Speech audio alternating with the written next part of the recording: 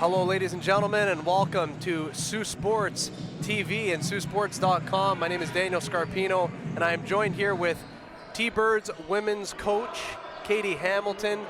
Katie, you just came off of a two-game swing. You had Laurentian last night. You had your former Nipissing University Lakers and my former Nipissing University Lakers here this evening. Can you give us your thoughts basically on how this weekend transpired for you and your group? Yeah, I mean, it's tough to say it was a good weekend with losses. We're obviously wanting to be a competitive program, and you know, I'm kind of a born and bred person that likes to win. I'm a little old school with that. But what I'm really liking about our girls this year is they compete, and they're really in every game.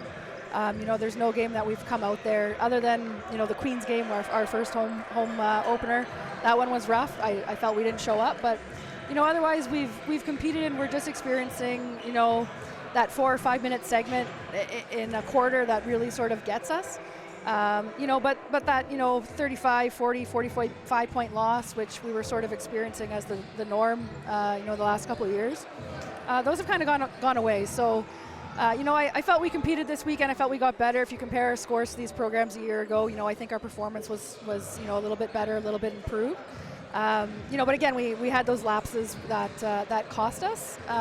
You know, but I see the reaction in the locker room now where those lapses and that cost, you know, they're taking it to heart, they're caring about it, and they understand that they can win, which I think is a step in the right direction for us. Well, I think so indeed, and getting to follow your team down the years, not just here at Algoma, but at Nipissing as well. It's been great to see the progression of your teams, and you know, the sky is certainly the limit. And you talk about some of those challenges that you've faced and ultimately have overcome.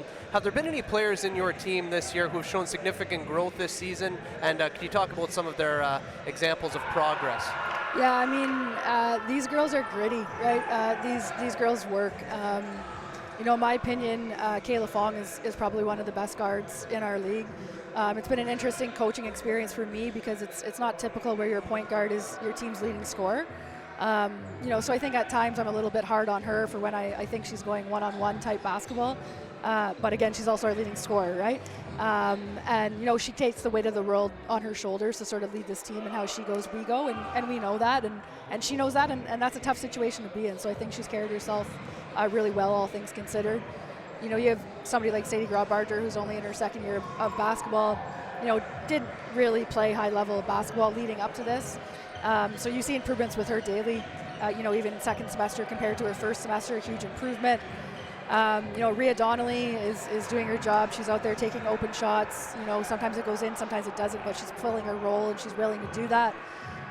You know, someone coming off the bench that I've really been impressed with, Bernadette Moranin, rookie point guard.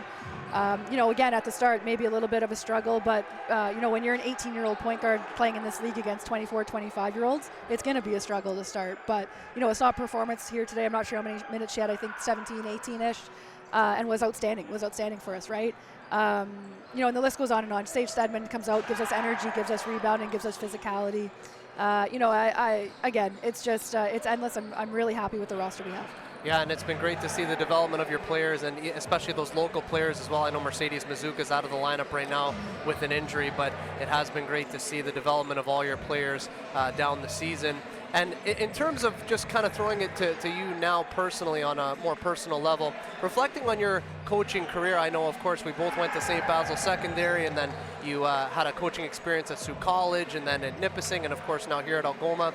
What has this season specifically taught you yourself about as being a coach at this level?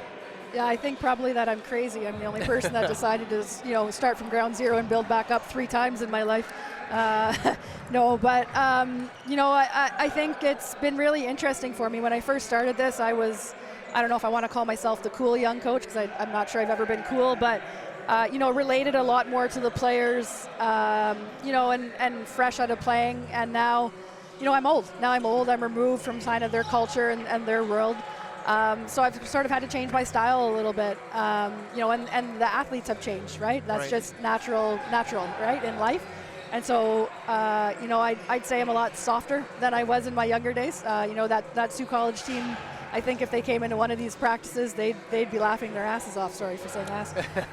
But you know, things have changed, and you got to adapt with the times.